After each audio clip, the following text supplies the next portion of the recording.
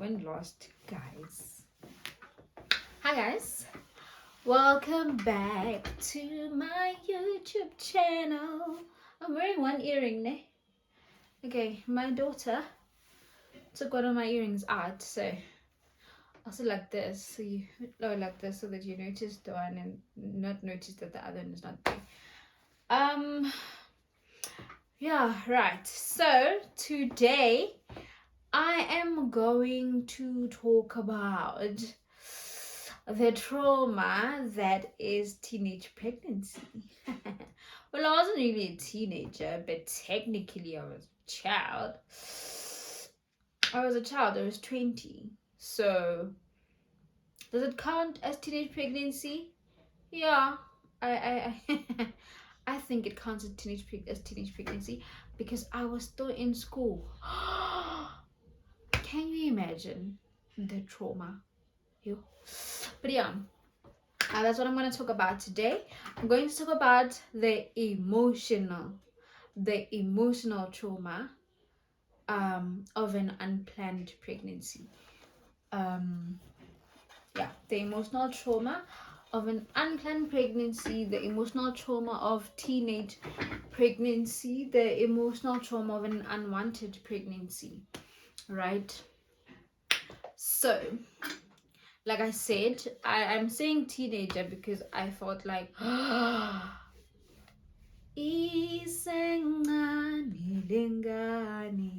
but anyway, yeah. So the emotional trauma, guys, ne? Also, I think maybe that's also a me thing.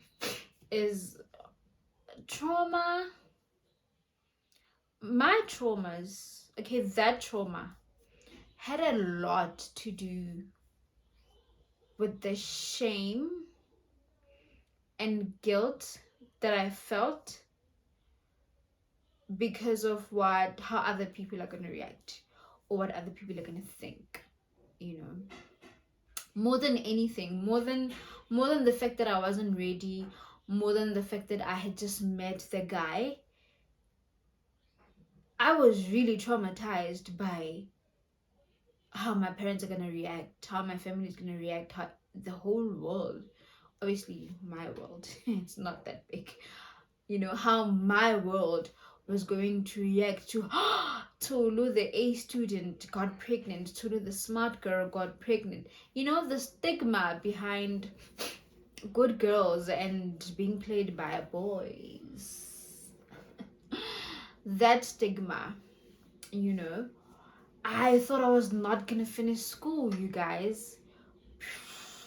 I thought I was not gonna finish school. The trauma of that, of thinking I'm not gonna finish school.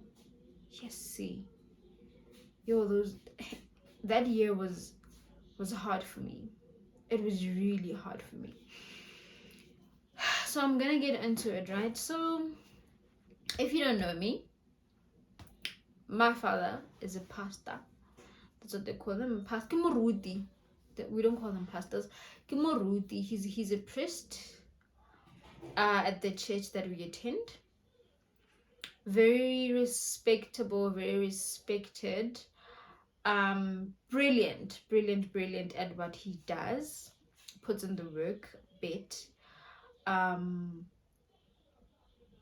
So yeah, that's reason number one why getting pregnant out of wedlock was taboo, obviously, right?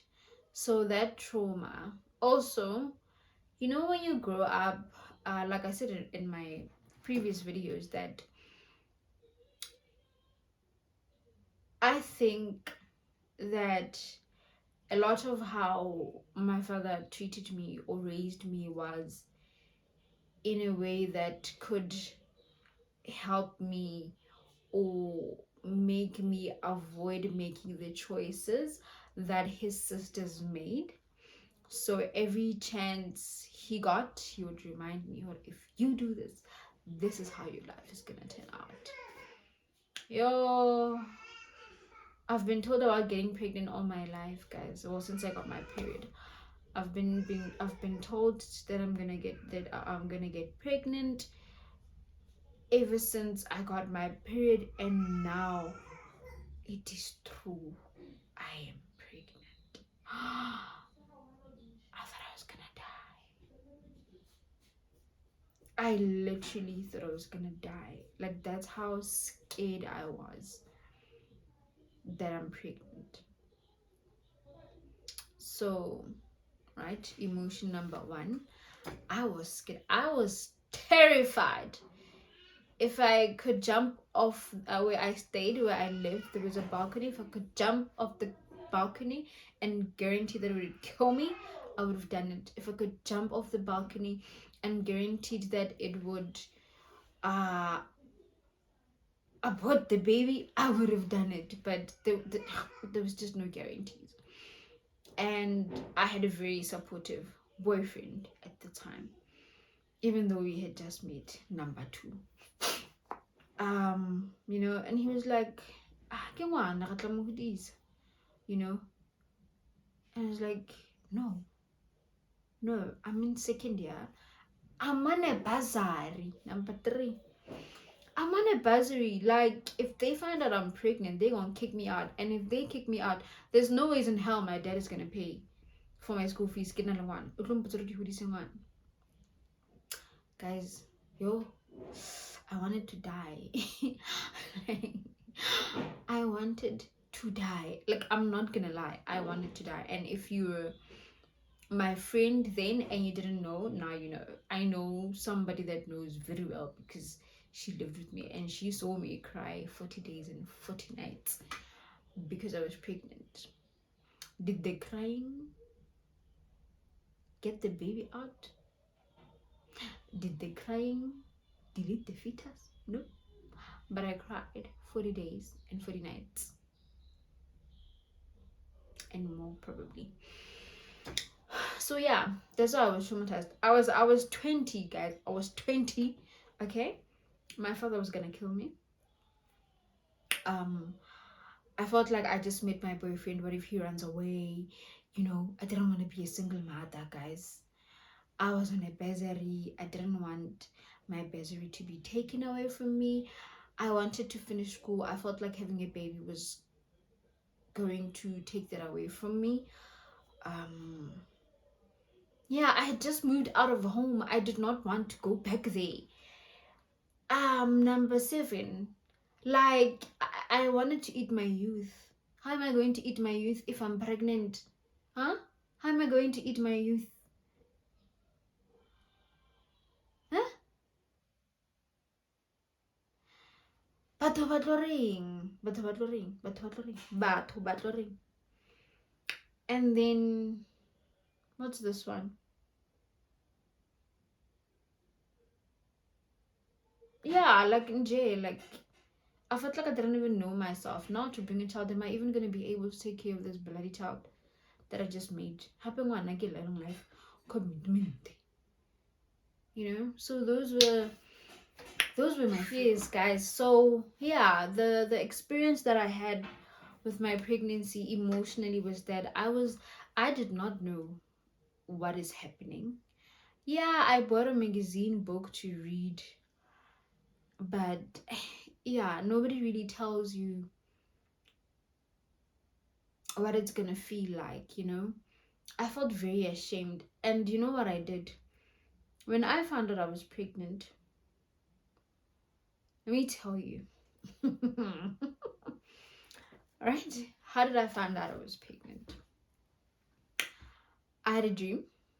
I was sleeping and I had a dream. Also, it was a month later, it was September, and my boobs were beautiful. Okay? They were oof. They were beautiful. My boobs were beautiful. And I didn't think much of it, you know. I thought, I'm gonna get my period, hence, you know, they're so pretty. And then I had a dream, child. I had a dream me rubbing my tummy there and having a baby. I woke up the next day. I remember we were at a family gathering, society, something like that. And then I hit up my boyfriend. I was like, yo, dude, I dreamt about 1, 2. There was a long weekend in September. I remember very well. I dreamt about 1, 2, 3, 4, 5, and it was like, hey, serious. I was like, yeah. Oh, okay, it's fine then. When you come back to Joburg, we can go get pregnancy test. It's like, okay, cool, right?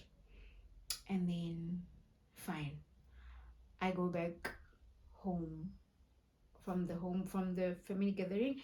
We went back home, and then I went to Tawang's place, my friend's place. She was still staying in Pretoria CBD at the time. Fine, slept over.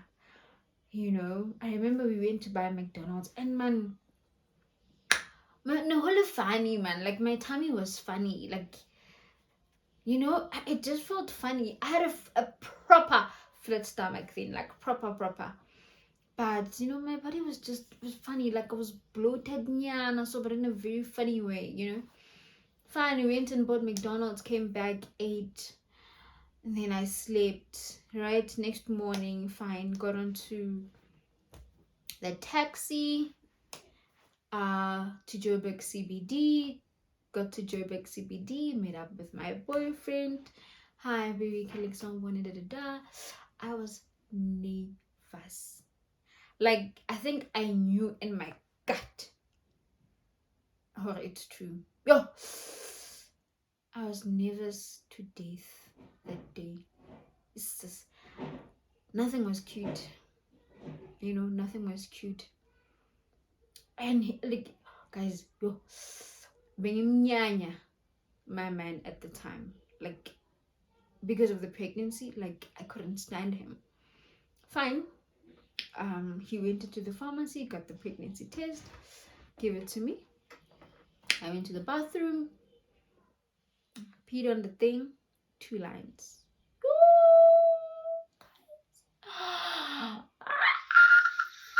Inserts that video, your Peppa Pig. I screamed in Hore inside, not. And then I got out. And then he was like, what does it say? And then I gave it to him. And he was like, what is it saying? And then I took it and I threw it in his face. And then I was like, I'm pregnant. And then I left. And he was like, do you want me to come with you? I was like, no, I need space. And he was like, okay, space for how long? I was like, just leave me alone. And that whole ride from CBD to Naturena, guys, my head was like, I was thinking all sorts of things and scenarios. And the beautiful thing about school at the time, second year, was that we only had classes like at about 10, like 10 in the morning, right? So I had time, if I go home on the weekend, then I could come back Monday morning. I didn't have to come back Sunday. I could come back Monday morning. And I thought I was going to go to class. And then, yeah, so the text, what's going on? Like, we're halang. Yo, guys, yo. The trauma. Like, literally, I was suicidal. I was suicidal because I was pregnant, literally. And then I got off go South Gate.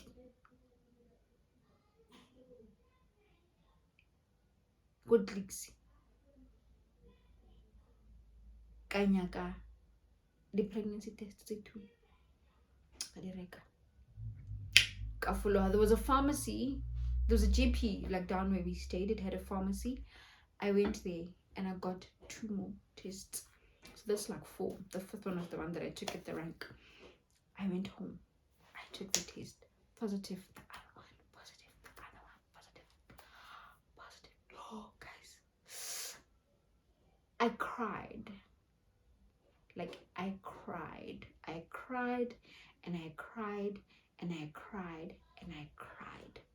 And I entered into depression just like that. My boyfriend kept calling me, like, leave me alone. And then he came. He got to a taxi and he came. So I didn't go to school that day. I just sat there in his arms crying. Right? And the next day I sit and I'm like, okay, it's September.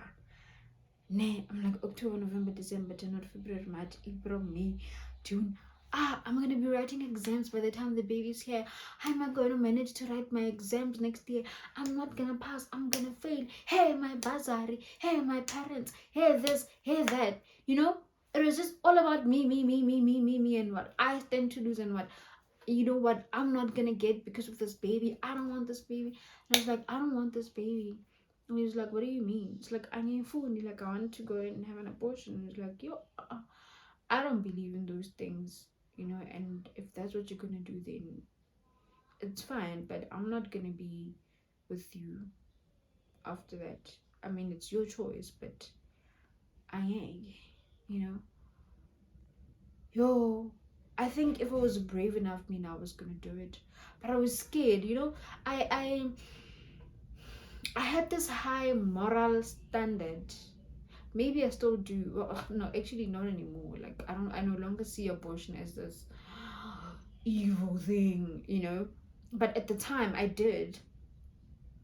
So I was like, yo, if I kill my oh, to be young and foolish. If I have this abortion, God is gonna hate me. I will never have a baby again. I'm gonna feel guilty all my life. How am I going to move on with my life? I'll never be happy again. Like, I'm gonna live my life miserable and unhappy. Like, it just felt like everybody's gonna see it in me. Oh, she had an abortion. Like, that's how it felt at the time. Or if I do it, everybody's gonna look at me. Like, they're gonna say it in my face. Horotolo had an abortion. Yo. So I didn't go through with it. And at the time I was like, what's worse, Vele? Like, because when you're pregnant, everybody knows she had unprotected sex. She had unprotected sex. If I had an abortion, nobody would have seen it in my face, or I had it. But that is what it would have felt like. Okay, that's what I thought. It would have felt like. It was gonna, because when you're shameful, you feel like other people can see your shame. When you're guilty, you feel like other people can see your guilt. You know so I didn't do it. Fine. And also the church that I go to, hectic. Fine, cool, sharp. We keeping the baby. I was not happy about it. I was yay. I was guys, I was just, the days were just going by, you know. And then my mom called me and they could hear her no man. This girl like a right. Like, she's not okay. And she was like, send money. Iwa magele. So I sent you money to cheer you up. I was like, okay, thank you. And then I remember before after. And then I went home. To tell them, I'm pregnant.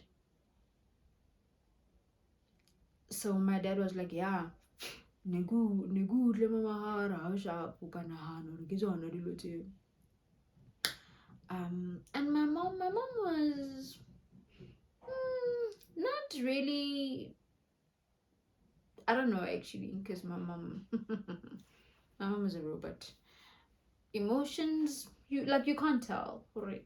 What's up? Look, what's going on? Yeah, but my dad made it very clear, like, his disappointment and hurt was very, very loud. I remember after telling him, like, he did not speak to me. I remember when we had the conversation, I was like, when I thought Utleva. Oh, guys, now me, I thought Kitleva. I also thought Kitleva, guys, yes. When I thought Utleva Kandobari, like, why would you let a boy Banisa you? We've had these conversations about sex so many times. And it's true, we have, but not in the way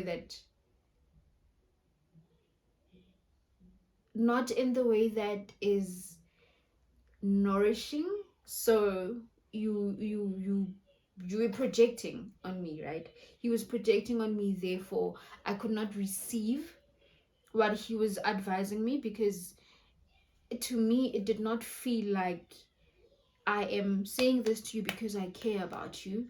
It was another, look, I don't want to take care of another bastard child here in my life. If you get pregnant, you're going to be ruining your life, and I don't want to be there to pick up the pieces. So you better not get pregnant.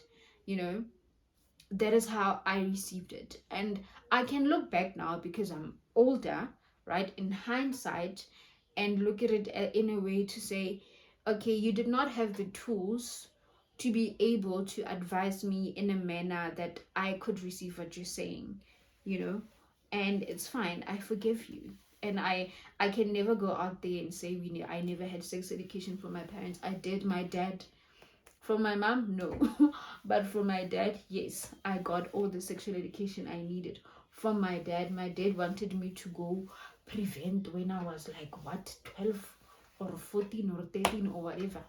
You know, at the time I wasn't having sex. I was very offended by that. And the approach as well was not, you know, yeah, it was not conducive. Shame, it really wasn't. It did not work. Fine, cool, you know. And he didn't talk to me for months, you know, and that broke my heart. Like, that broke my heart. I'm not gonna lie, it really broke my heart. And what I did as well was, after finding out that I was pregnant, I literally told everyone meaning my friends, right, my group, because we are like a group. I told everyone because I used it, I think, as a coping mechanism, because you know the thing, yeah, how people are gonna see you that you're pregnant. So I just wanted to get it out there so that when I do start showing, people don't, you know, and I don't feel somehow. So as I did the best that I could to avoid feeling that shame and that guilt and that embarrassment from being pregnant at school. So I literally told everyone that I was, it wasn't a, I'm pregnant, you know, it was just, I just blurted it out. I just blurted it out. And the reaction was not like bizarre. I don't know why. It was not bizarre. It was just, it happens, you know. And I think also because it was varsity, it's not like it was high school where I'm in uniform and it's like total taboo, you know. And varsity didn't feel like total taboo. It just felt that way to me because I was ashamed. I was ashamed myself. Nobody made me feel ashamed. Nobody cursed me. Nobody made me feel embarrassed. I myself was embarrassed and ashamed and guilty for not doing better, because I felt like I knew better. I knew I could have taken pills. There's a woman's clinic, go UJ, bless UJ. You know, I had all these. We could have used a condom. He didn't have it that night, but then I could have said, then we can't if you don't have it, right? But I didn't. So yeah, that's the accountability that I'm taking. So emotionally, it rocked me. It really, really rocked me. And it rocked me because I cared a lot what other people were going to think and feel about my situation, more than how I felt and how I saw the situation, right? I'm also not saying that that it was a good thing. I'm also not saying it was a very irresponsible thing to do, you know, a very irresponsible thing to have landed in. But had I looked at it as, you know what, you're pregnant, it's fine, you're gonna be okay. Um, it happened. If you're keeping the baby, great. If you're not keeping the baby, that's also fine. But you're gonna be okay. That came to me months after. Maybe got 4 months or got 5 months. That's when I was like, you know what, Tulu, you're gonna be fine. If anybody is gonna treat you somehow, look at you however, just it's okobona. You're here to get your qualification and get out of here. And knowing you're gonna bounce back, you're gonna do right by yourself and by your child, and everything is going to be okay. Even if this man wakes up and decides, I Miguel, peace out, yitabonana, you're gonna be fine. It's gonna suck, but you're gonna be fine. That came months after. Months after I mistreated him. I mistreated that man, Shem. He went through a lot during my first pregnancy because I wasn't okay, and I only cared about my side of things. Because his body wasn't going to change, because his situation was not going to change, because he's not the one carrying a thing around and everybody can see it. Hore, o na le ngwana, I literally invalidated his experience of the pregnancy. It couldn't, even if maybe he was scared or he wasn't ready or prepared for it, or it's not what he wanted at the time, I totally denied him the beautiful experience that our pregnancy was supposed to be. I also denied that. I denied it myself. I denied myself the beautiful experience that making life is, or creating life is or was, right? Only later in the pregnancy where we close again, and and the baby started kicking and all of those things, and we could bond and all of those things. But the first few months, I was horrible, horrible, horrible, horrible. Despite the hormones, like Jay, I just acted out my anger, my shame, my anger, my shame, and my guilt. I took all of that and I put it on him instead of me feeling what I'm feeling and processing it without making it about him. So I made it about him. I told him, you're not the one whose body is gonna change. You're not the one who's gonna go through the labor pains. You're not the one with the big tummy. All of those things happen to us as women, and I think it's something that men need to acknowledge. But yeah, that was wrong of me. It was wrong of me. I shouldn't have. But I didn't know better. I didn't know better. And yeah, I'm glad we got to a place where we just enjoyed the pregnancy and everything went well. So yeah, I had Tiamo at a point in my life where I was very fragile, and looking back now, it was such petty things that I was mad at, but they're valid. They're valid. Like, it's valid to say, hore, I had just got, it was second year, right? So literally I had just gotten out of my parents' house, and it was second year, meaning the first year, because we were not yet used to Soweto and the South, we didn't really do much or go out much. But second year we were like comfortable, and there was supposed to be a big year for us, right? We were supposed to do all of these crazy things, have the craziest varsity experience, and I was robbed of that. As petty as it might sound, I was robbed of that. I was robbed of wearing the crop top. I was robbed of wearing skimpy clothes. Like, I was robbed of the experience I had imagined in varsity.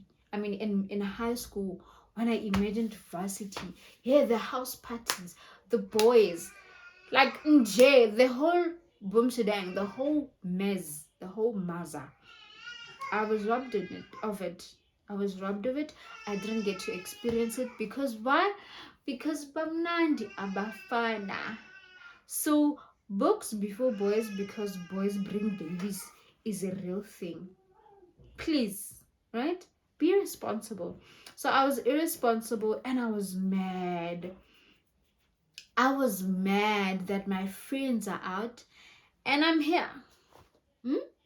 I was mad that my friends are wearing crop tops And I'm here. I'm nursing backaches. I was mad that my friends were out till the wee hours of the morning, and I can't even sleep because it's hot and my belly is here. All of that. I was robbed of a varsity experience. So, yeah, those little petty things were really the things that I was mad at, you know? Wena, only wherever you want to be doing whatever with whoever. No, no, right? And then yeah, had no idea how I was gonna take care of that child. I had no idea how things were gonna turn out. I had no idea what kind of mother I was going to be. I had no idea how I was gonna survive back home, guys.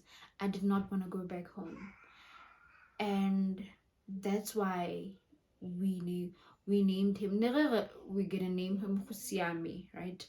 That's the name that came to me, Husiame. And then I felt like Husiame feels like like we're defeated, you know, like we're like, okay, it's fine, right? And then I was like, no, let's name him Tiamo. And then baby was like, no, Husiame. And I was like, no, I like Tiamo better, you know. And then I was like, okay, no, Husiame, I'm gonna name him Tiamo. And then I went further and I said Ki kantse Tiamo, right? Which is when I decided, you know what, I didn't have this child under the best circumstances.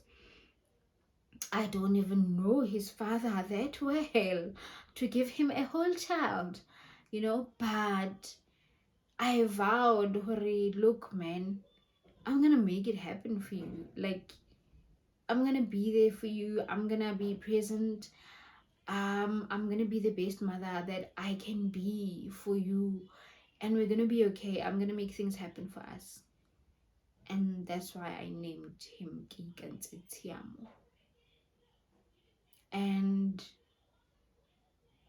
things have been beautiful ever since then. And it's not to say there hasn't been challenges, you know, but yeah, man, Husiame. I am the mother I dreamed of. I am the mother I needed. And it is not to say that I do not have my shortfalls. I have them, but every day we wake up and vow Kikana to do better.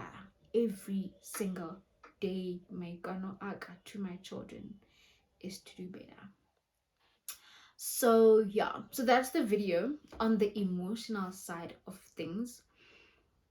And I want to say to you, if you're pregnant and you're a teenager, if you're pregnant and you didn't want to be, if you're pregnant and the pregnancy is unwanted, if you're pregnant and you're not financially stable or financially ready for a baby, that man ikane, you know, sorry, ikane ka wena, ikane ka ngwana hao, hore you're gonna do the best that you can.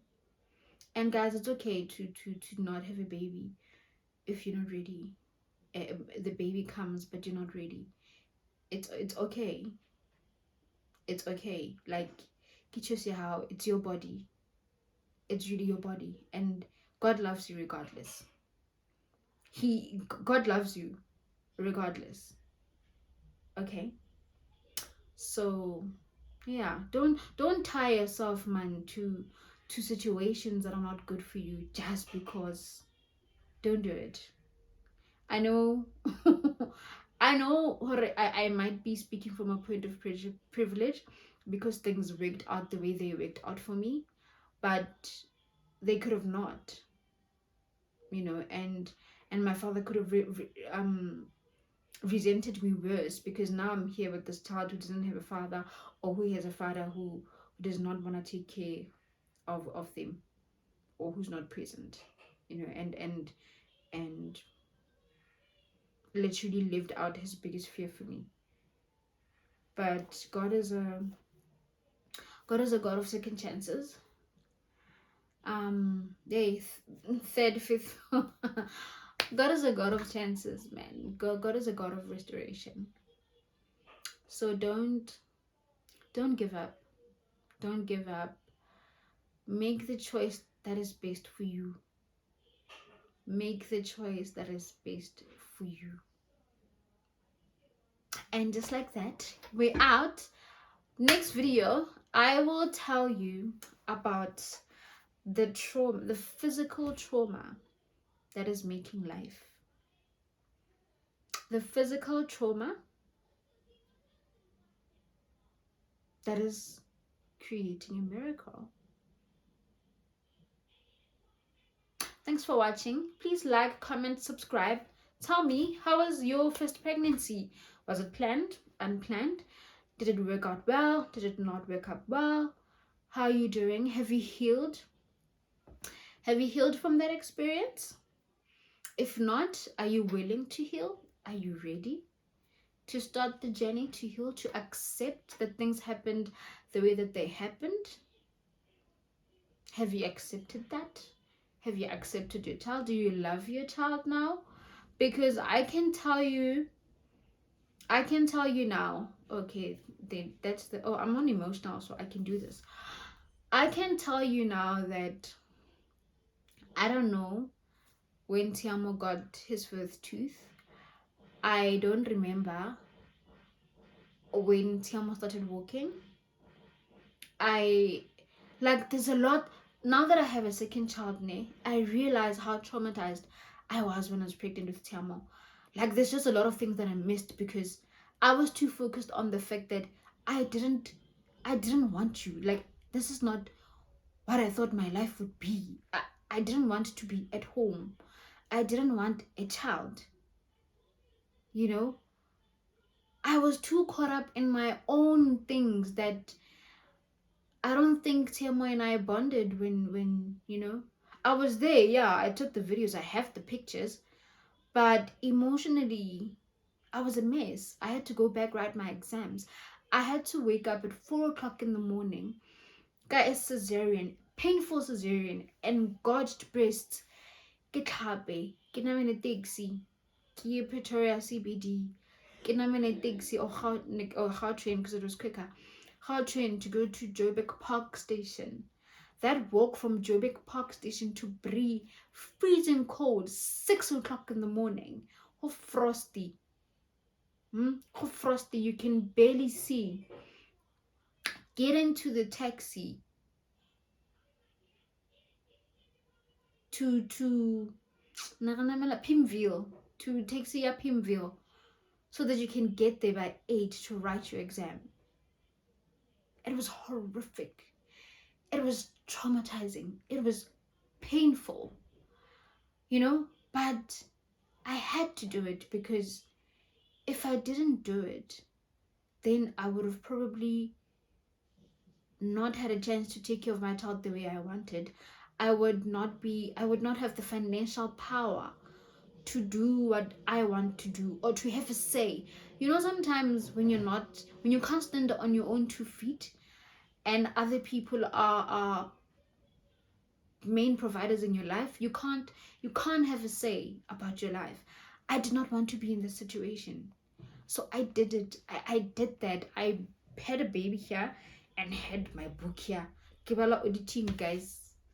Kibala auditing. I remember when my business family came to see the baby, after the 11 days. I thought I'm writing on a Tuesday. They came on a Sunday. Can't they? I'm writing on the Monday. Me on Sunday, I was hosting. I was hosting. Oh, tsolo o magolo yang, yo o matla yang, o sena le go kwa hae. Auditing enkemetse. Now I'm thinking, no, I still have tonight and Monday night to read. Tuesday tla be ke le sharp. Ha ke check a timetable tomorrow. 8 a.m. in the morning, bright and early. I studied there and then. And at the time, auditing was the most difficult. It was the most difficult subject for me at the time. And I studied. Okay, I did not sleep. I didn't sleep. Come to sortium. Come texting. And I went on a road and I fucking passed. Was it easy? No, it wasn't easy. I could have chosen to just cry my lungs out, and say I can't do this. But I was like, you know what? It's painful. My cesarean was painful. My boobs were, oh God, the breast a mess. But I was like, you know what? I'm gonna do this. I'm going to finish my qualification. Come hell or high water. My dad was even like, no, you can't go back to school. Who do you think is gonna raise your child? Then I was like, so say, and we wanna look. As long as you're not paying for my school, you're not paying and get. So I want a choice. Like you don't have a say. I'm not using your money. Because I'm like, if it wasn't for my bursary, I don't know where I would be. I was like, oh whoa, how about the Luena? So please. And my mom stood up for me, guys. Like, yeah, my mom stood up for me that time, and I could do it because I had her. My husband, boyfriend at the time, was there for me, and I could do it because I knew her. I have these people rooting for me, supporting me, and I did it for them. I did it for Tiamo. I did it for Tiamo. And in as much as I wasn't emotionally available for him when he was a baby, I think I started maybe bonding with Tiamo when he was 4 or 3, like when we moved here. I think that's when we, you know, then I just I wanted to be, I don't want to say a child. I wanted to be my age, man. I just felt like people my age are not worried about kids. I was in denial of my situation. I didn't want to worry about kids, Mina, about a kid, Mina. I wanted to do whatever I want. I wanted to go out and be with my friends, but I couldn't, and it was depressing for me because I had a child. Our situations were different, so I had not accepted the situation that I was in. Hence, I was depressed. Hence, I couldn't be there for my child, emotionally available for my child. So yeah, I have accepted what happened. I have accepted what I was not the mother I wanted to be for Tiamo then, but I am now, and I see that with Tado. I'm like, damn. So I'll make another video of first pregnancy, second pregnancy, and the differences. So yeah, man. Yeah. Don't beat yourself up if you were not okay when you had your baby or after having the baby. Don't beat yourself up. What matters is what you do from now onwards. Do better now. Do better today. Do better today. Don't beat yourself about things that you cannot change. You can't change that. Can you go back? I can't go back. I can't. It's done. It's gone. I need to do better now. I need to be present now. So yeah, guys. Peace. Till our next video.